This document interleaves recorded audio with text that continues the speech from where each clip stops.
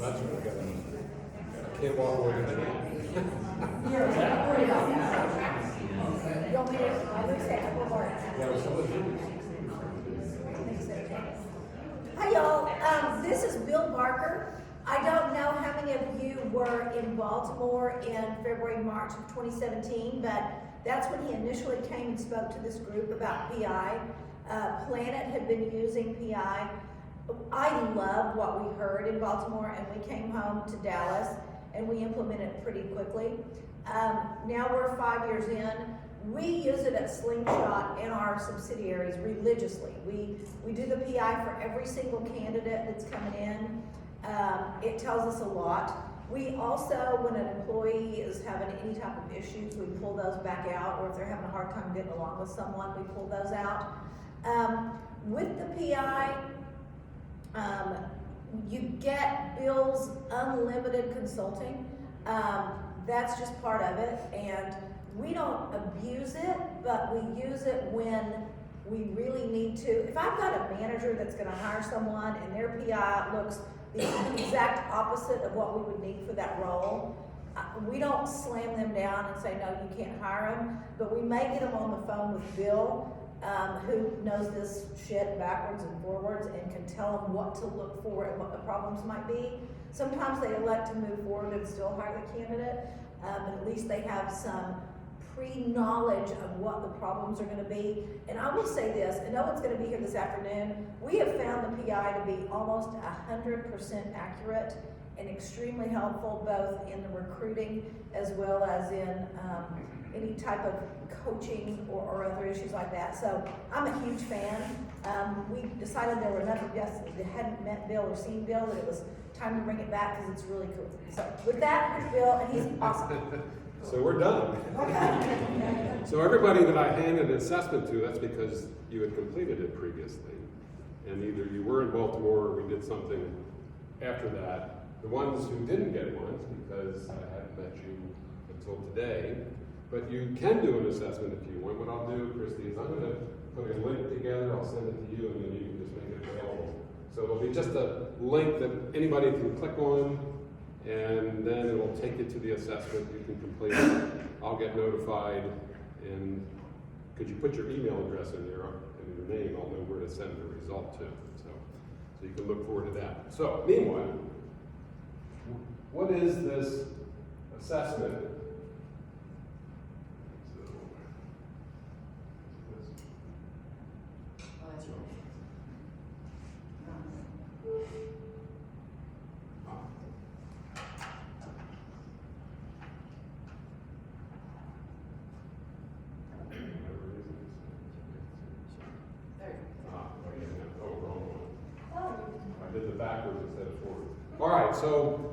So I was listening to what everybody was discussing in the round table, and 90% of it was people stuff. Trying to make decisions on who to get in the door, where you're getting them, and as so eloquently described, I mean, the utilization of assessments is very, very helpful for this, but it's not everything, as we'll talk about. But yes, we're dealing with the great resignation, although I've got this Bureau of Labor Statistics down here. If you go look in there, for those who are interested in such a thing, this isn't the only time where we've had to deal with resignations and turnover. Part of it's just pent up demand because a lot of people didn't want to move during COVID, so they stayed put and they started looking, but they didn't make any moves, and now they are. But we've gone through a lot of periods of high turnover, unemployment struggles. It just seems like it's getting worse and worse, but that's because we're dealing with so many different issues all at once. Not to mention a 30-some-year issue about immigration that's just not being addressed, and that's having its impact as well in terms of people being able to work. But regardless, so you got record levels of employee movement, recruiting good talent, increasingly more difficult. So this this statement here, keeping good talent is superior to recruiting new talent every time. Right? So that's the ongoing connection to the people that you have, and I heard a lot of discussion about how to do that. And so for what we're going to discuss today, it really isn't a situation where it's some magical thing. It's all the ideas that you've discussed, presented, trying, and enhancing those things. It's adding another dimension of data and information to do the things that you're already doing. So we have a behavioral assessment, and that's what people are most aware of with such things. So it's, I'm going to talk about what that content is there. There's also a cognitive one, and I'll get into a brief discussion there.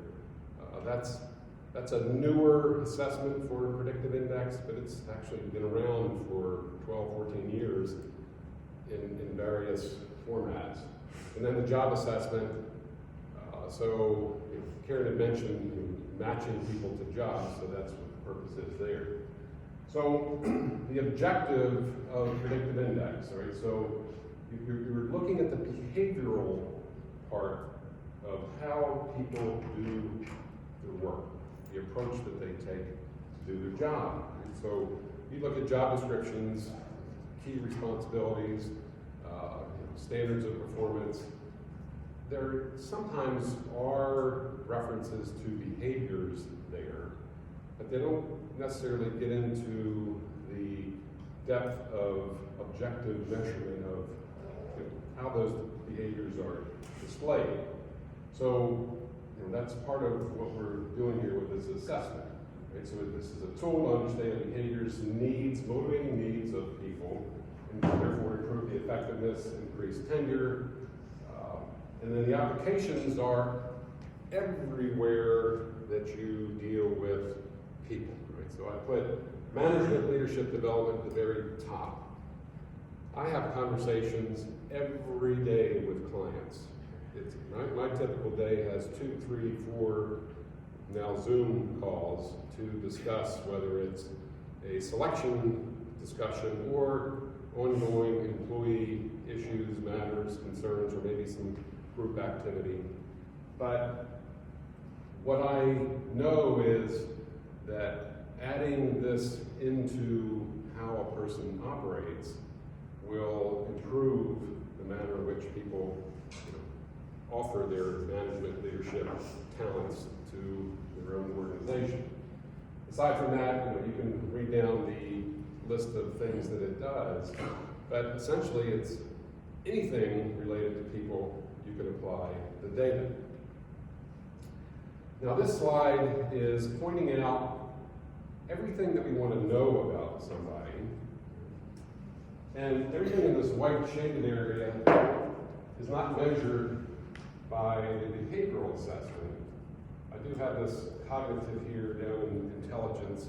Just a quick note on that, the cognitive assessment is not an IQ test. We'll get into what it does in just a moment. So look at all the things that we want to know about individuals, not measured by this assessment or any behavioral assessment for that matter. And the behavioral things that enter attitudes, values, things like work ethic, not measured in that, but that's an important thing that you want to understand. We get into interests, not necessarily about fishing and golfing, as much as how much passion does somebody have for the work that they do? I mean, do they really love what they do? Or is it something where, I enjoy it, but I enjoy being somewhere else too? Or is it a paycheck? Of course, we try to avoid hiring somebody where it's just a paycheck if we can.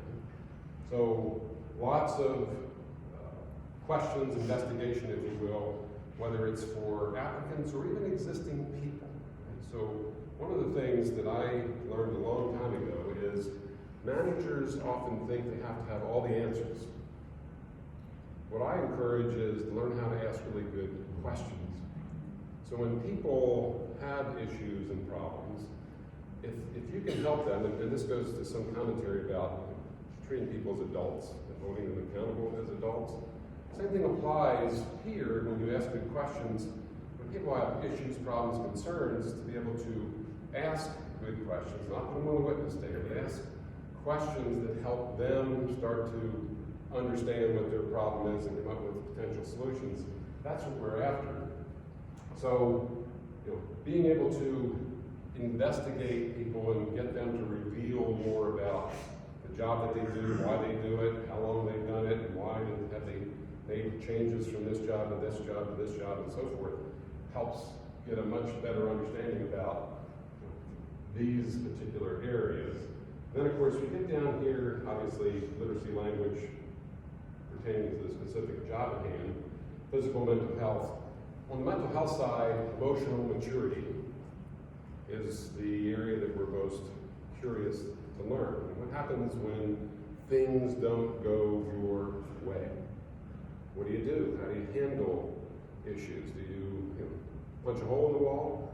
And I did have a client years ago where one of their VPs actually did that. Or were you cool, calm, collected, or somewhere in between?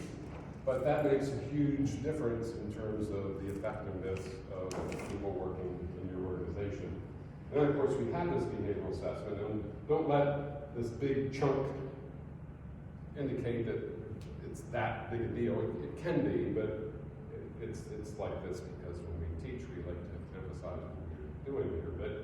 But nevertheless, we have these behavioral drives and motivating needs. So a little bit of background on Predictive Index. Been around since '55, non-invasive. So those of you who have completed it, you'll remember what it looks like, a bunch of adjectives. And the outcome doesn't reveal anything about a person's, we're not shrinking anybody's head as the results. Used all over the world, translate 80 languages, and the applications I had shown you previously. So, to kind of summarize PI, it looks at the habitual ways that people act, right, in terms of what's being measured in that regard. The nice thing about a Predictive Index behavioral assessment result is it actually makes no judgments about somebody. It may talk about somebody being an aggressive personality or somebody who's highly cooperative, or it may talk about outgoing, introspective, and so forth. But there's no judgments in terms of whether any of that is good or bad. It isn't until you apply that person to a specific job or environment do those behaviors start to show themselves. But now we get into the other areas of emotional maturity and such, which start to really show the judgment side. So the assessment looks at who a person truly is in terms of what we're measuring. It also gives us insight as to how a person, at the time they're doing the assessment, may perceive a need to adapt or adjust for some reason. And so typically these assessments are being completed as part of a selection process. So that adaptation may give us a little insight into what's going on right now, either with the current employer or current situation for that person. It might give us some hints about the things that maybe they're not necessarily happy about, that might be motivating them to want to make a switch. A whole sidebar on hiring people. The people we actually want to hire are the ones who aren't looking. When we hire people who are looking, we really want to understand why. Because if somebody is trying to get away from something, they are highly, highly vulnerable to being so excited that you want them, but they may have heard something they don't necessarily like, but they think, I can live with that. Yeah, they can for about 6 months, and then they can't. Right? So there's a whole discussion about the selection process that we could spend a lot of time on, and that's a lot of what the consulting on the side gets into. So we have this response to the environment, and then the visible self, and I'll show you what it looks like in just a second. But that's really a combination of, given who a person is, any attempt at adaptation, who are we looking at? Quite frankly, we don't use that part of the assessment much. So Arnold Daniels did the work to create this, but he really wasn't the creator of the thought. I mean, here's this poet, John Masefield, 1878 to 1967, and he's got this little poem. He makes reference to the man I saw, which is our synthesis, the man he was, which is our self-pattern, and the man he wanted to be, which is our self-concept. Okay? So people are often in self-concept mode where they're trying to think, how do I adapt or adjust given a particular situation? So here are the three graphs that people see. Maybe there is a narrative attached to this. But when we look at the self-pattern, this is the most important piece of data because that's who the person is. The really nice thing about that piece of data is this part of the personality is really, really stable. And it becomes stable post-adolescence for people. But that could be somewhere between 16, 20, maybe 21 years old. And it doesn't fundamentally change throughout a person's lifetime. Now, these little things are called factors. They may move a little bit, and there's been studies within Predictive Index to try to measure that. But fundamentally, this just happens to be a cautious, detailed person here. No matter what happens in that person's life, they could go through trauma, emotional events. They're still going to be a cautious, detailed person. They're not going to someday say, I'll just deal with the world as it comes, let it ride, which will be the opposite of this profile. No, they'll always be this way. They may change values and beliefs, because that is something that people do change at times. Some people are locked in for life, it seems. Self-concept, though, is more of a moment in time. So something that's going on currently could be having a somewhat significant impact on a person's behaviors, where they're thinking, well, I got to deal with this certain situation. And quite frankly, I mean, we all adapt and adjust in small ways every day. Just to drive out on the street, you have to get into self-concept in order to deal with all the other drivers. By the way, I asked a class one time, what do you think of the drivers that when you go to pass them, they speed up? I said, anybody here do that? And actually one person raised his hand and says, yeah, I do that. First time. So then we have the self-concept change and then synthesis. Right? So this is simply who the person is, how they're trying to adapt, what's the individual that we're going to observe. But as I said earlier, I almost never talk about synthesis with clients. Why? Because this is the person you hired. This is what the person really wants to do to operate. Nobody really wants to change, not really. People do because they do see some advantages, but the changes typically have to be relatively minor in order to be successful. And there's a whole bunch of other little things that impact a person's desire or ability to change. For instance, we're much more likely to change if we want to do it as opposed to somebody telling us to do it.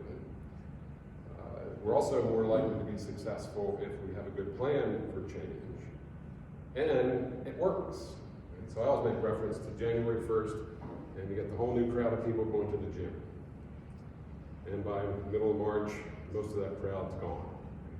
So the effort wasn't necessarily planned for. It seemed like a good idea at the time. But then all the other life events got in the way, perhaps. And so it came apart. So that was a self-concept change. So behaviorally, we kind of go through those kinds of mental gyrations to try to fit a circumstance.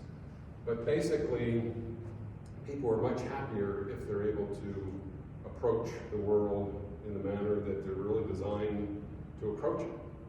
Yes, little changes, no big deal. Big changes, big deal. And when we look at these changes, we can start to anticipate whether a person can sustain that change. All right, so reading an assessment. So everybody who I give your assessment, and it has the graphs, and of course it has a narrative behind it. And there's lots of information in the software now. For those who've been around Predictive Index long enough, and you've been around it a long time. How many years with algebra? At least 30. 30 years, right? So you remember when you used to do assessments on a floppy disk, just your computer, and a real basic report. And now you know there's all these reports and ways to use the software. So for those who know how to read this, of course we teach classes on how to read this. If you know how to read this, it's fast. Right? There are lots of assessments, multiple pages. I'm amazed at some assessments that have fabulous information, but it's 20 pages. You might read it once, you don't have to read that twice. But here's a story, and this is actually a client of mine up in Boston. And this is a 20-year-old assessment. He's still this. The story here that was a good one. So this is an individual who works in human resources. And at the time, I had just started working with this particular organization up in Albany. And here we have this highly assertive, proactive, engaging individual, looks at things in a broad perspective.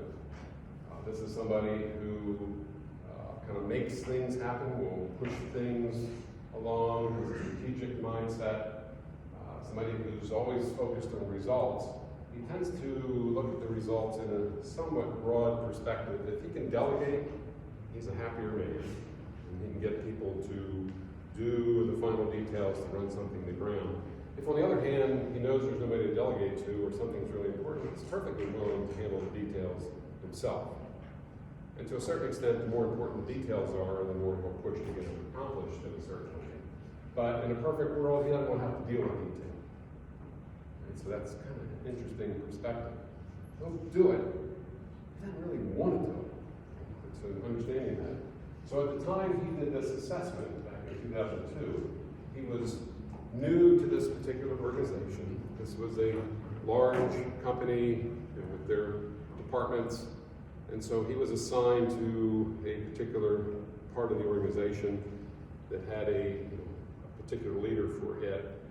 And this particular leader would meet with him every week. And every week he started to tell him what he wanted him to tell him, Mike, what he wanted him to do for that week. And that went on for about a month or so, and actually was going on when he did this assessment. And what this was showing us is, here's this highly assertive individual trying to be really super compliant. Well, that didn't work. He was trying. Here's this impatient, results-driven fellow trying to be more patient, trying to be a little more deliberate in nature. Here's a guy that likes to operate somewhat broader perspective, trying to be way more detailed. So he's responding to this new boss of his, taking direction, taking down notes. Okay, this week I'm going to do this, that, and the other. When I saw this, immediately I looked and thought, that ain't going to last. This guy is so vulnerable to quitting. So I quickly found out who it was. And it had a good story, because what he actually did, not long after he did this assessment, it was only like 2-3 weeks later, he actually went to his boss, his new boss, and he said, you know what? He says, you and I have been meeting now for a month, 2 months, whatever it was. You keep telling me what to do. You don't need to tell me what to do. All I need to know is, what are your objectives? I'll figure out how to get us there. And if I can't do it properly, you fire me. But I don't need all this specific direction. And this boss looked at him and said, hey, that's fabulous. I'm so used to dealing with the person that used to be here. That's how we did stuff. I never thought that maybe I'd have somebody I could just dump the whole load on and you would handle it. He says, yeah, give it to me. And he did, and everybody was happy. So this little piece of information, now, there was nothing that I did here, I just saw it, and then I happened to find out the story afterward. But nevertheless, it could have been a clue if Mike had not taken that step himself, being the assertive guy that he is, it was kind of easy for him to take that step. Yes? Question. So I mentioned last night we have an employee who's struggling functionally in his role. And he took the assessment when he interviewed, and so we have this PI. If where he's struggling now, would it make sense to have him retake it just to see what his self-concept, how it's changed, and then maybe see if that gives us a clue to something? Perhaps, or we could have a discussion about the job, what you're seeing, obviously look at his self pattern. We probably can figure out where his self-concept is. Okay. But you could. Yeah. The nice thing about the software as it used to be, we used to be able to just do self-concepts again, page one. Now you gotta do the whole thing, it won't let you finish it, which is still managing. So there's a story here. There's always a story connected to these profiles when they're fresh, because the self-concept part is a dynamic piece of data. It does change. And if you're hiring somebody, you're seeing a self-concept that's reflecting the world that they're living in. In theory, they step into your environment, the self-concept could change. Not always, because what we never know for sure is if there is one, what's causing it. Is it a work thing, or maybe it could be a personal thing? We wouldn't know. With that kind of big self-concept change, I would certainly want it to be something that's quite momentary and fixable. All right, so these four factors that we look at: dominance, extroversion, patience, formality. So that corresponds to the A, B, C, and D. So the level of dominance is where we're trying to understand a person's drive to exert influence on people, events, otherwise control my environment. I want you to do this, I want things to go in a certain way. And so with higher levels of that drive, so you see the little graphic here. So the higher that drive, the more the person wants to control the environment, people in it, the circumstances in it. Some people are just naturally more agreeable and team-oriented, and we need team-oriented people. If everybody wanted to run the show, we'd have a big problem. And I've seen that happen often enough. Although, just because somebody might be lower on their desire to control things doesn't mean they want to control some things. We still need to look at that. What we call the B drive, extroversion, the drive for social interaction with other people. So the higher that B, the more people want to connect to others. Little sidebar on extroversion. Doesn't necessarily mean somebody's entirely outgoing, engaging, dancing on the table, but it's this underlying motivation to want to connect, have a strong need to connect is really what we're looking at here. People at lower levels, it's not that they don't necessarily want to connect. Sometimes they're much more interested in understanding how something works. How do we approach a certain task? I know there's people involved too, but let's look at the task at hand, which can be a heavier influence, at least in the beginning. And people are pretty social overall. Even introspective people often like to be with people, but they don't want to feel like they have to engage them. Right? Just let me be in the room with you and observe. And I'm happy. Don't make me have to talk and be buddies. I just like to do my thing, but yeah, you're all here. That can be an introspective person who's quite happy to be around others under those conditions. Then we have this level of patience, the drive for consistency and stability. So the higher the level of that drive, the more a person wants to do things in a more methodical, systematic, sequential way, make lists, and to be able to put order to things. Lower levels of this drive, these are the impatient people, they're always thinking, finish line. Let's get this thing done. These people also, because they're motivated by variety and change, they're the ones who have 10, 15, 20, 25 things going on simultaneously. So they're the natural multitaskers. And they're the ones who don't mind, I've got my calendar laid out for the day, and then at 9 o'clock the calendar blows up. I gotta adapt and adjust because of this interruption. They kind of roll with it. They might complain a little bit about it, but typically they kind of like it. And then we have we call the D drive. Formality, it's the drive to conform to rules of structure or attend to detail. And so the higher levels of this drive, the more detailed individuals, they want more specific outcomes. Oftentimes want to know, where are we going to end up? What's the finish? As opposed to the lower Ds, it's not that they don't necessarily want to know about the endpoint, but they want the flexibility to perhaps change the endpoint. Say, yeah, I see where we're trying to head, but I think it might be better if we go here instead. Or they want the flexibility to stay more broadly focused. So we're going into the neighborhood, we're on the street close enough, whereas the high D person says, no, we got to go to the actual address, knock on the door. Okay, so they want more specifics in terms of outcome. Oftentimes people get a little confused about C and D drives. C drive is the pathway you take to get to the result. Okay, so that's how you kind of see the difference. Although what's interesting about high C people is some high C people, they create all these steps to take to get something accomplished. Steps, the last step often is the finish line. So you can, in theory, be a real low D individual, but real high C, and if you've got a very nicely laid out process, it will look like you're a detailed person, but you really aren't. You're a process person, and that is something that I have conversations with clients regularly. I got one at 2 o'clock today with a finance firm. I got a real high C candidate with a low D, and the concern is low attention to detail. But I see this high C. I also see high B in that individual. Why is that important? Because high Bs want to make a connection, and oftentimes they want to please individuals. So if I want to make you happy, I'll do things that make you happy. And if that means handling details, by golly, I'll do the details.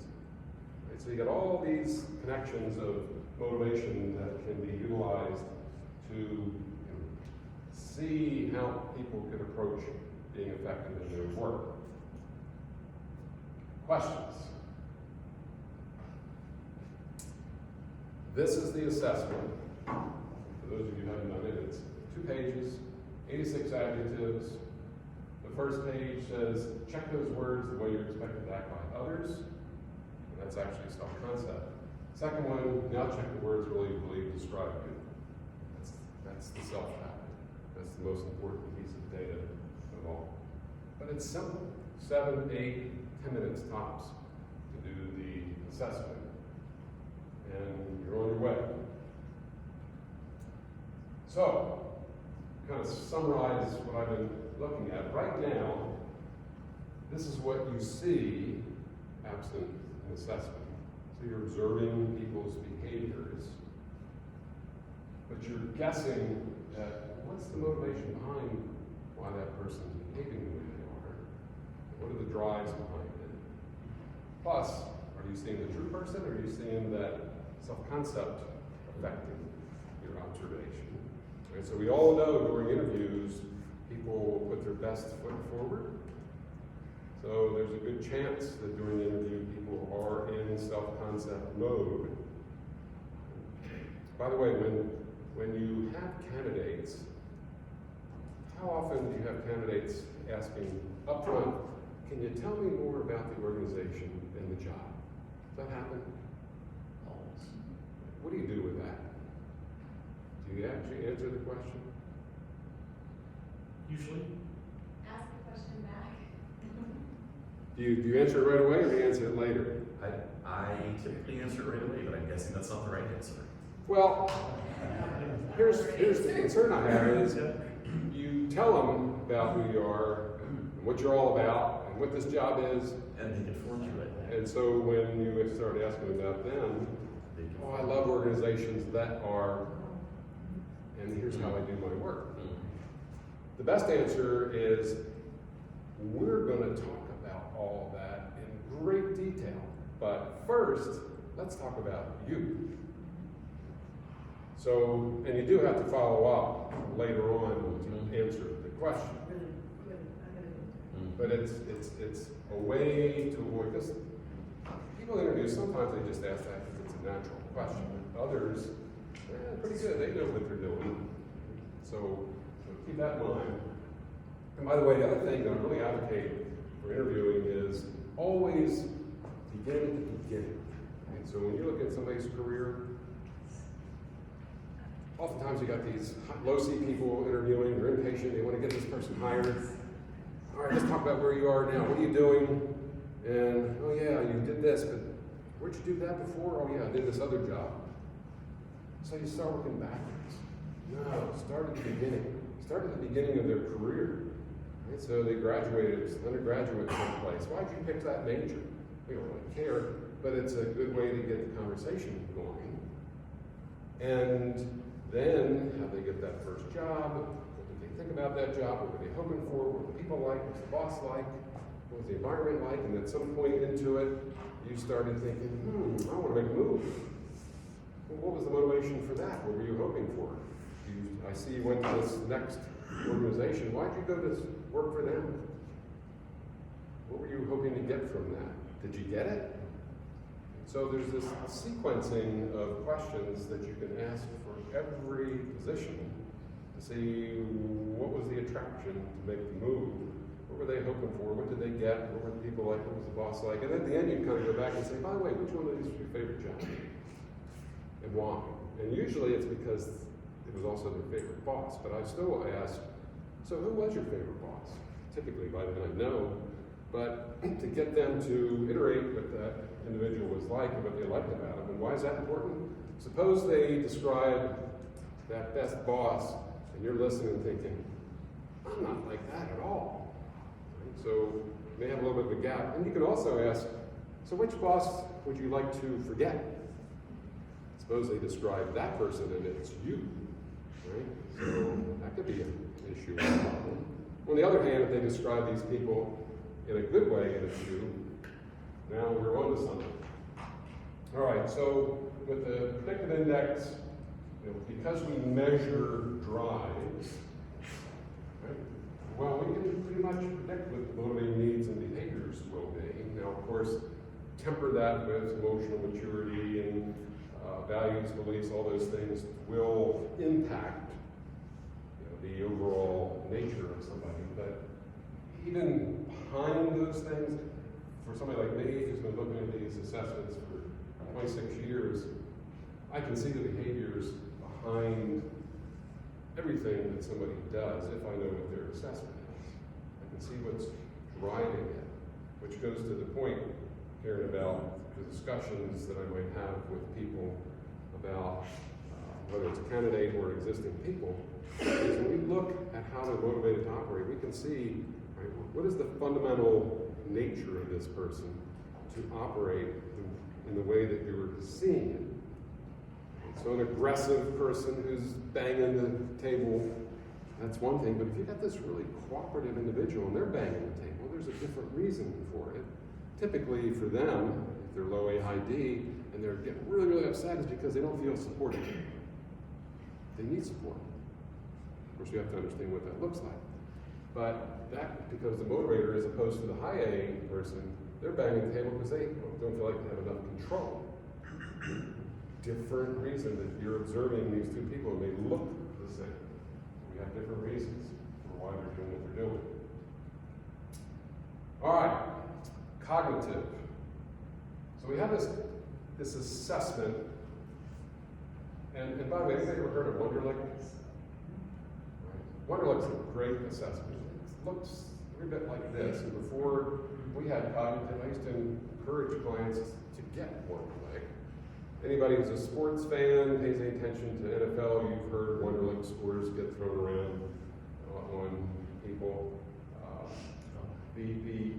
That assessment, this one, they're both 50 questions. They're both timed in 12 minutes. There are math, verbal, abstract questions. A lot of people, if they had enough time, could get all 50 questions correct. But they can't do it in 12 minutes, most people. Matter of fact, the average person, when they do this, gets 20 correct answers, both Wonderlic and with this Predictive Index cognitive assessment. So that's this 250 score. It's 20 times 10 plus 50 is how the score gets calculated, whereas Wonderlic just simply says 20. Easier. But how we use this is important because this, again, is not an IQ test. It's really looking at the speed at which people can take in data, process it, and put it to use. So the environment in which a job exists. So for somebody who's going to be in front of people, strangers, or people that might challenge them with perspectives, questions, think about politicians. Of course, we've seen a whole load of them at all levels. To be able to deal easily with questions that come out of left field and think clearly, quickly, to have an answer that is appropriate to the situation, that takes a lot of quick thinking because you're processing data, information in your brain, trying to figure out, okay, what is this data? What's it telling me? What do I know about it? What do I understand? Because this isn't measuring IQ, you can have somebody who's really, really sharp and smart, but they may process things slowly.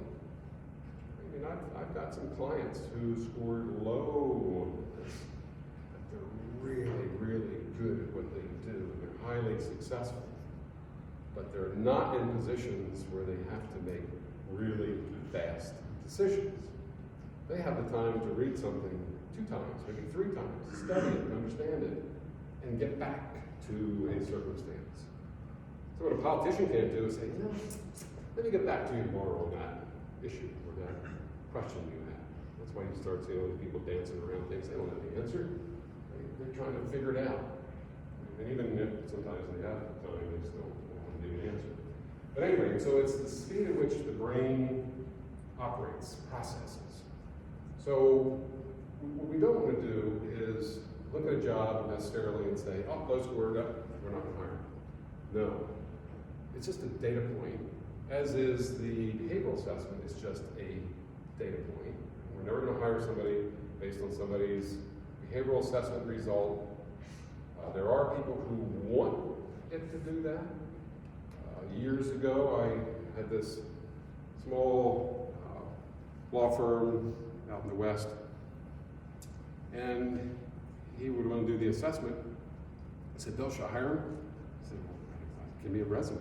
What do you need a resume for? I said, we got to talk about the candidate and their background. Why? Shouldn't this just tell me whether I should hire it or not? No.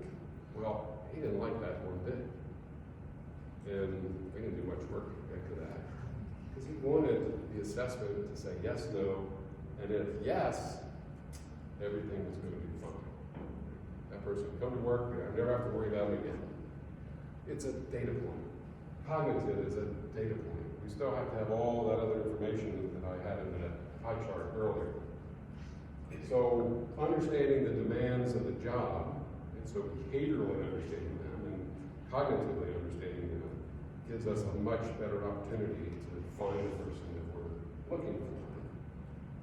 And that leads us to defining job requirements or doing the job assessment, which is, it's got 90 behavioral statements that you can check and 20 cognitive ones that you can check. And it gives you an outcome that is your guide for what you would hope to be able to hire. But a lot of times you get candidates with these beautiful resumes and nice backgrounds, and their profile doesn't match. So are you going to ignore them? Of course not. They got this great background. Now, to a certain extent, if you know how to appeal to this individual, well, you can maybe bridge some of the gaps that may exist between your expected way that a person's going to do the job versus how they're likely to do it. The question is, how big is the gap? Because if somebody is quite cautious, they come from an organization where the environment is such that the boss kind of always told them what to do and kept nodding, yep, stay on that right track, and then they come to your organization and it's much bolder, expectation for a lot more independence, they probably aren't going to work out, even though the job description is the same. And so you look at the environment, you look at the individual, you look at the boss and how that person likes to manage and lead others, because that's going to have a big impact on this person. So job assessments are guides to be able to give us some understanding what we want. Getting back to the Great Resignation, I do have clients, they'll take bodies at this point. So the question is, well, should we do this? Of course you should still do it, because now, and somebody mentioned, maybe it was you, Holly, at least we know what we have. And we can pay more attention to certain parts of how this person is actually designed to operate against what we would expect. And we can keep an eye on that, so it takes a much more actively engaged boss to be able to understand where the gaps are and try to account for those gaps, as long as this person clearly has the knowledge, skill, and ability to do the job. Right? So in that regard, it can be very, very helpful. So attracting candidates, better choices on selection, the training and development, ongoing. I mean, people step in the organization, life is going out. The organization continues to change, the environment changes, people change, people around them change. How's this person going to be able to deal with all those things? And you can anticipate that. And to the extent that people like to learn in a certain way, you've got clues and hints there from the assessment. Of course, you'll be a better leader and manager as well. And then, of course, understanding yourself so much better. How you're motivated to operate, how you like to manage, lead others, is a significant heads up in terms of being able to appeal to each individual that report to you. Of course, analyzing the job, looking at individual group incentives. I mean, fundamentally, more assertive, aggressive personalities typically like more individual incentives, whereas the more cautious, team-oriented people are much more preferring group incentives. And so understanding who fits where can be very, very helpful. Of course, when you look at teams, that understanding the mix of teams. People often ask me, Bill, what's the best team? And my answer is the most qualified, smart, interested bunch of people you have. Yeah, we'll look at their profiles and see what's there. And we can kind of anticipate who's going to want to run the show, who might be quiet. We've got to make sure we draw this person in certain ways. Because any team can work well together if you anticipate how they would work and get them involved. The second part of that question often is, Bill, do certain profiles not get along? My answer is, every profile loves every profile hates every profile. It's a matter of circumstance when you put two people together as to whether they're going to be agreeable or at each other's throat or somewhere in between. It's, you've got to have some vested interest in something in order to draw out how these profiles operate. There was discussion about succession earlier. Succession is really important. By the way, succession doesn't mean that you've identified a particular person and that they actually will be the next leader. But you can tell people you've got them on that list. But if you're really, really, really interested in their growth, part of the conversation could be, you know, you may leave here to get that job somewhere else before we're in a position to actually give it to you. And that's okay. I mean, we're working with you to try to develop you for this job. We hope that you'll be able to do it here. But because our best interest is in you, you may find you're going to go somewhere else before we're ready. And so from a succession perspective, that keeps everybody kind of on their toes from the perspective of really looking at the job itself. Plus, if you tell people how much you care about their success, that's going to help them to think, before I leave here, I'm going to make sure if I am going to leave, I'm going to get that kind of vested interest in me. And so that introduces a new thing or an additional thing for people to think about when they're looking at other organizations. Because all of us, I'm sure, know stories, I know a ton of them, where people left to go somewhere else thinking it's going to be so much better, and it wasn't. And they were hating life 6 months into it. All right, so the business that you guys are in, I couldn't resist this. So who remembers the BASF? So we don't make products you buy, we make them better. That was back in the 90s. And if you want to see it, there's the YouTube. So I like to say with Predictive Index, we will not make someone a good manager. And if you use PI, we'll make you a good manager better. Because fundamentally in my travels, that's what I see are managers who truly, truly are interested in being a good manager, learning how to improve their management leadership. Well, they're going to be good and better even without this stuff. But if we give them the data and information, okay, it helps so much more because we can bridge this learning gap of who somebody is. And instead of taking 6 months or a year to really get a true handle on somebody's behaviors and what they needs, well, we're up to speed on that before they even come in the door. Because I often tell people during final interviews, if you really like who you're interviewing and you're thinking you're going to hire them, let them know. You're thinking, I think I really want you, but let's talk about life as if you were already in the door.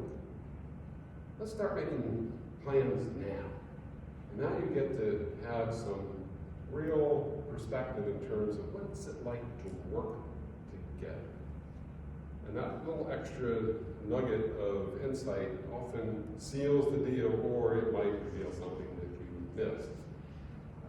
But nevertheless, this data points that we have, the behavioral and cognitive, they will not make anybody a good manager. Occasionally I'll have a client say, Bill, I got this terrible manager, can we put him through Predictive Index? And I say, save your money. It isn't going to make this person a good manager. Because good managers want to be good managers. Now, there may be a lot to learn, and somebody who really wants to learn, and I'll spend tons and tons of time with those if they really want to. And I do. I have meetings every month with individuals that are staying in meetings because they're so interested in learning. And we talk about events, circumstances that occur during the month and what they're anticipating. And to watch people grow in that regard is a lot of satisfaction for me, and of course a lot of satisfaction for my clients as well. One other thing I want to show you, if we go to the software.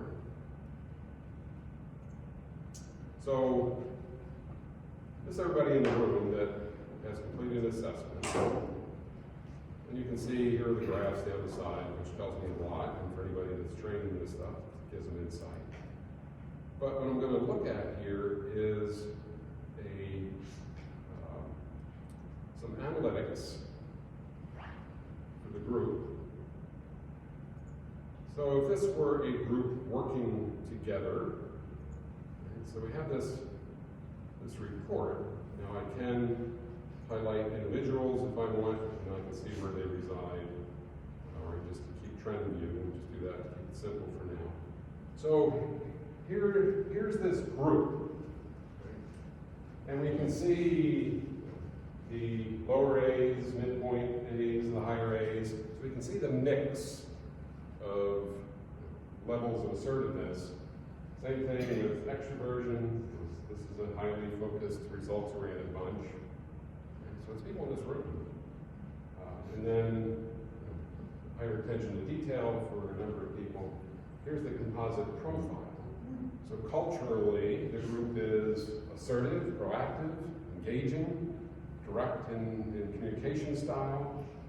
There is attention to detail part of the group. This is self or self-concept. This is self. This is the self of everybody. So when I handed out the assessments, your name is up here among the group, which is actually half of the room. So we can see the nature of the group. So if they were working together, you can be pretty sure that you're going to have this group pushing for some goal. Right? There's going to be this focus to get to the finish line pretty quickly. There will be a focus of working with multiple things simultaneously and pushing it that way. So Christy, you're looking at this thinking, that's not like my profile. And so your leader of AMIN, highly assertive, engaging, results focused, big picture, is where Christy lives.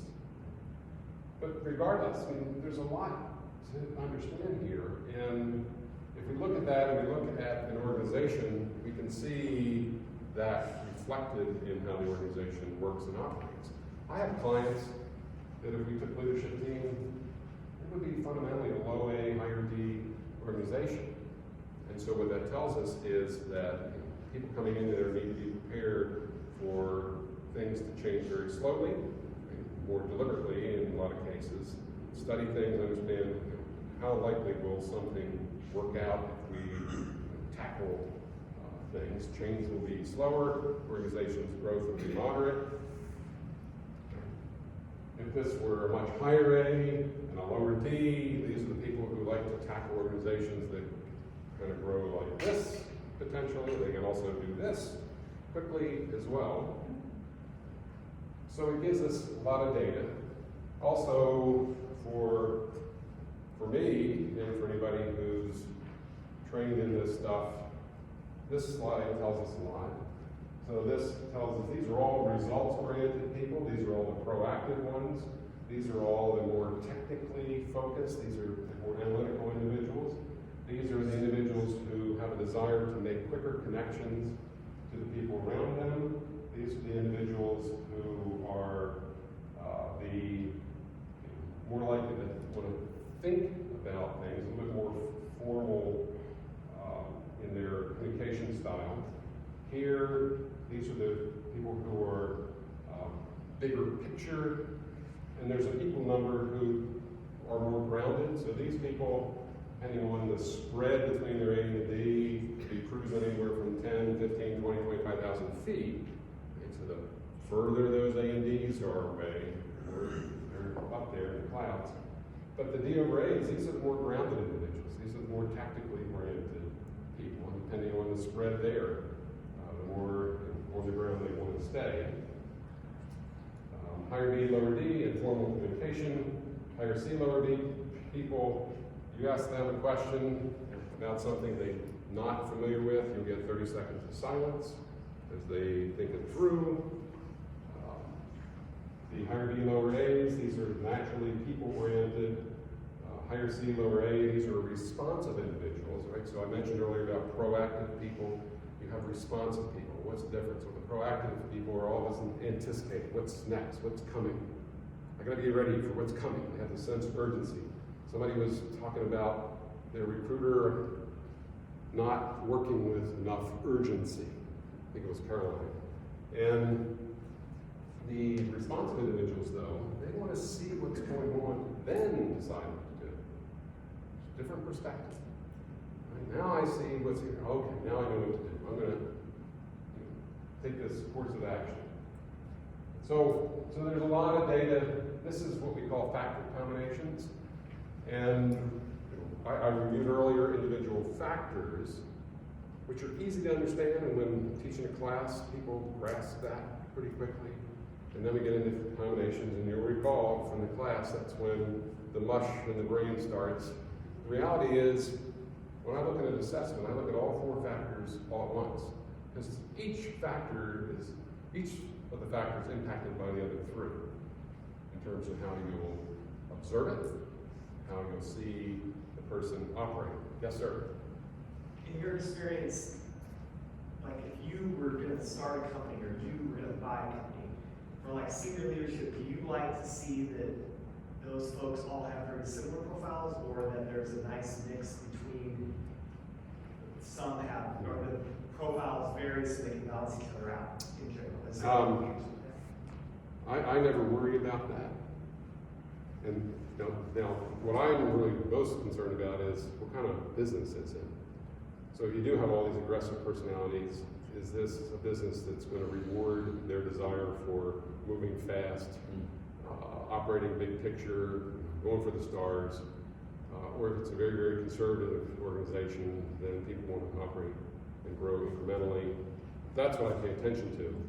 In terms of the makeup of leadership team, most often you see higher A, lower C people, and the D is somewhat lower. I mean, that's kind of typical, but we see all kinds of profiles. And when people understand how they are designed to operate in relation to everybody around them, we can see where there are complements and where are there balancers.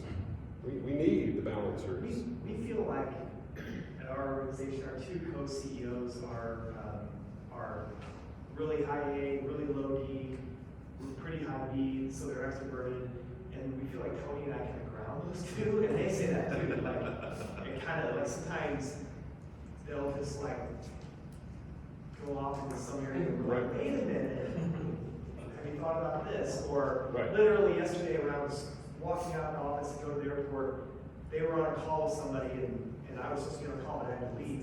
And I heard one of them say, well, we can just change that job title because, we'll just call that a content designer, blah, blah, blah. And I walked over there, I said, hey, sorry, I'm leaving the airport. But you remember 2 years ago when we said that we had so many damn job titles that we needed to rein things in? Just remember that before you start creating new job titles. And they were like, go to your damn airplane.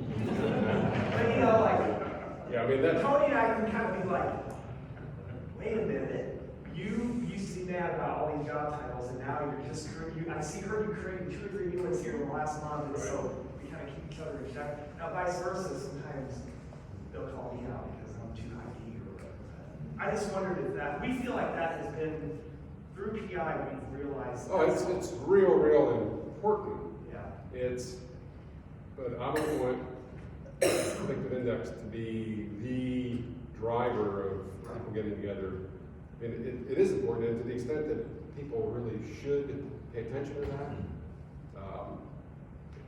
that's a really good thing to do. Right? So I'd recommend it, but if you've got people who want to create an organization and you've got interested parties, okay, let's look at the assessments and we can anticipate how that group's going to work together.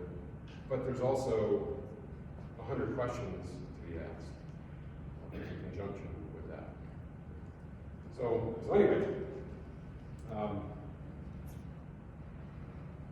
that is, one more thing. I guess it's probably worth showing you here. If we can look at this group again.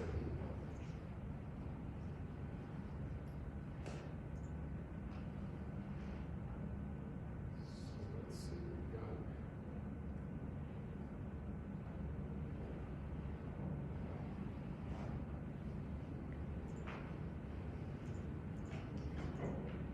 another icon I'm looking for.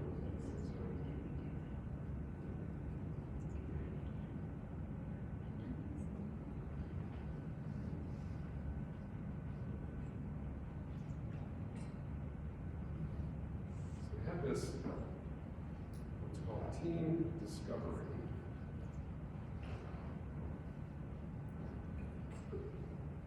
Now this is an optional part of the software, and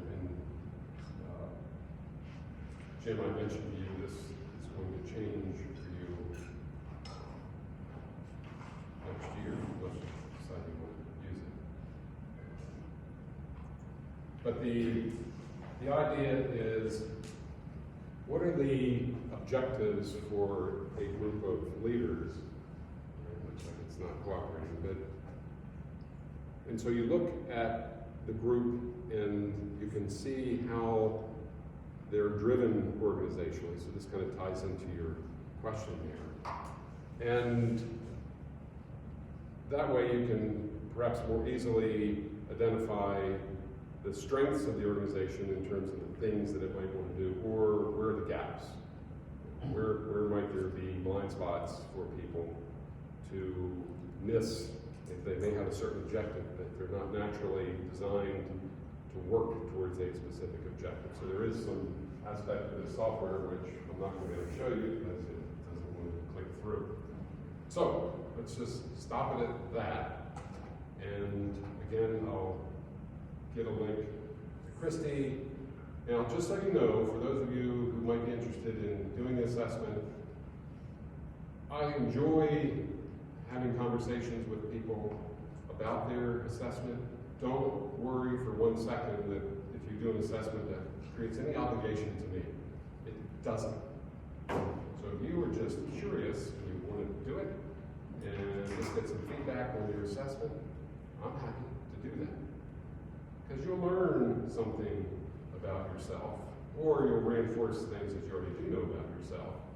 And that's, whenever I have somebody do the assessment, I say, keep that data for the rest of your life, because it's something you can reference. And maybe someday you're looking for a job someplace, and it may help you describe you, in terms of how you operate. So, no strings, you're welcome to do the assessment. I'll get the result to you, I'll say to you, look, we can spend, set up time to review it, because what you'll get is this narrative that only addresses the self pattern. There'll be nothing in there about the self concept. Plus, there's a lot of detail that the narrative just can't pick up on in terms of the subtle aspects of what's being said. People tend to read the narratives as if they're absolutes. Nope. And a lot of times behaviors are suggested, sometimes behaviors are pretty strong, sometimes they are absolute unbudgeable behaviors. I mean, that person is a certain way and it can't be any other way. But that's because graphically we're able to look at where these factors reside in relation to the midpoint and see the strength of the drama. And so some behaviors are very subtle, some are quite noticeable, some are in your face. And that makes all the difference in terms of understanding the results. So, with that, my last slide.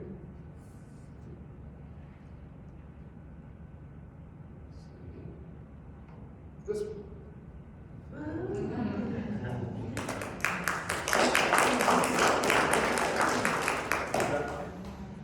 No.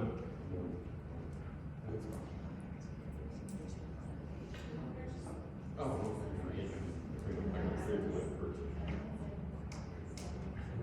any questions? It was great, Bill, thank you. All right, so Bill, talk a little bit about the service you offer to subscribing agencies in addition to just the survey. You're available for consultation, you do. Yeah, so typically, organizations say, we want to work with this assessment. And they want to work with a specific consultant. So you work with Oliver Group, right? They're an outstanding organization. I work with 3 organizations here. So ideally what we do is we get things going, educate people, right? So there is a workshop, a class. It can be 1 day, it can be 2 days. I'll teach the same content in the 1 day versus 2 days is just more detail, right? Because in the 1 day, I am just flooding you with information that's in this assessment. I mean, I don't want to say choking you, but it's a lot to digest. 2 days gives us some more breathing room in order to study things. You have the software. You control the software. You do as many assessments as you need to do. There's no count for numbers of assessments. Plus, I always tell clients, do a little friends and family subfolder. Do all your friends and family. Good practice. And if you belong to some volunteer organization, do them too. So then we have this annual agreement. So the annual agreement gives you the software, and it gives you access to me to consult. And what I consult with are decisions on who you're trying to hire, who you're trying to work with to improve, or you got some people working in some group together. And any application that touches on the assessment. But a lot of conversations I have, the assessment sometimes is secondary to the discussion about individuals' background or the organization or department. And we get into things like knowledge, skills, ability, what's really there, because typically that's pretty solid. But then what's preventing a person or people to work together? Because sometimes they are arguing over who knows more than the other. And so now we're getting into emotional maturity stuff. So to be able to help clients be better managers, be better leaders is always an objective of mine. And I enjoy teaching and educating and getting people to think more. Right? So, because earlier I said, learning how to ask good questions is much better than just trying to have all the answers.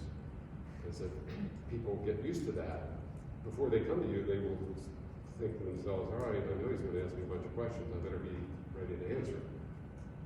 Right? What have I tried to do to solve my problem? There are a lot of analytics, there are a lot of reports in this software now. The group that bought Predictive Index back in 2015-16, they have taken that software and it is way better. The only thing I find is they're viewing Predictive Index as a SaaS model, right? So software as a service, and they are giving this impression that all your answers are there. They aren't. All of you in your leadership management are probably pretty good. And the software, as I keep iterating, isn't going to make you a person that's a good manager. It's just going to help you do what you do better. But being able to apply the data is what I always want to be able to reinforce. Plus, all the things that go into being an effective boss. And so I spend a lot of time on that. Or conducting interviews appropriately in order to understand who it is you're hiring. And occasionally I will help clients with key hires. I'll participate in final round interviews with key hires. Now, when I do that, you gotta be ready because those interviews are gonna be at least 90 minutes, 2 hours. And I have had some clients say, Bill, do it have to be that long? And the answer is yes, you really wanna know this person. But then after they see what happens, they say, okay, now I get it. But it is taking that very deliberate approach to understand how a person came from here to here. And you also can apply the same process for coaching existing people, because you're observing somebody's performance today, good, bad, indifference. A lot of times we forget to ask, where did you learn how to do that? Or why do you approach things the way you do? And you can go back into their career, their life for that matter, to see what were the influencers for why they approach work, do work, behave the way they do. And now, I'm not advocating that we be shrinks, we're not. but certainly being able to bridge any gaps that might exist between how a person thinks they're supposed to perform in your organization versus what you want them to do to perform. We can bridge that gap and get them to a place where you want them to be. Great. Sometimes we realize that gap is so big, we probably won't be able to bridge it. So then we can make plans for, okay, what's next? And every once in a while, help somebody ease out to go somewhere else. And I think I did hear, somebody made a comment about somebody with the AT and somebody ended up leaving without, and it was a good thing, right? Because not every person's a good fit for every organization. And recognizing that and being able to help people, genuinely help them make a good decision to exit.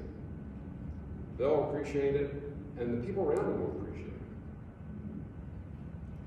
quite a bit. So there's plenty from a consulting perspective that has nothing to do with the software that I do like to engage with clients. And most of that,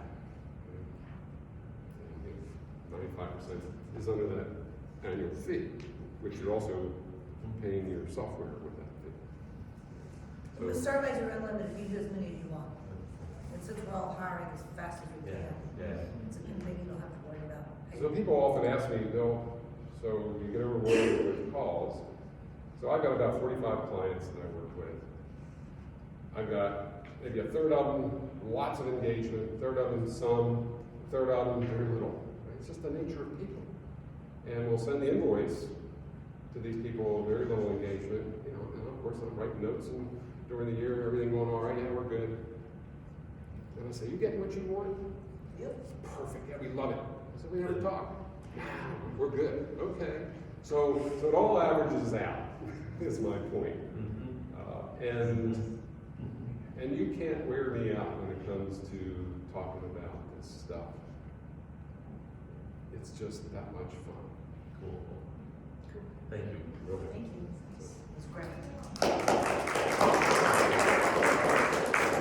We're gonna break, we're in lunch next door until 1, then we're back in here. Can we leave our stuff? You can.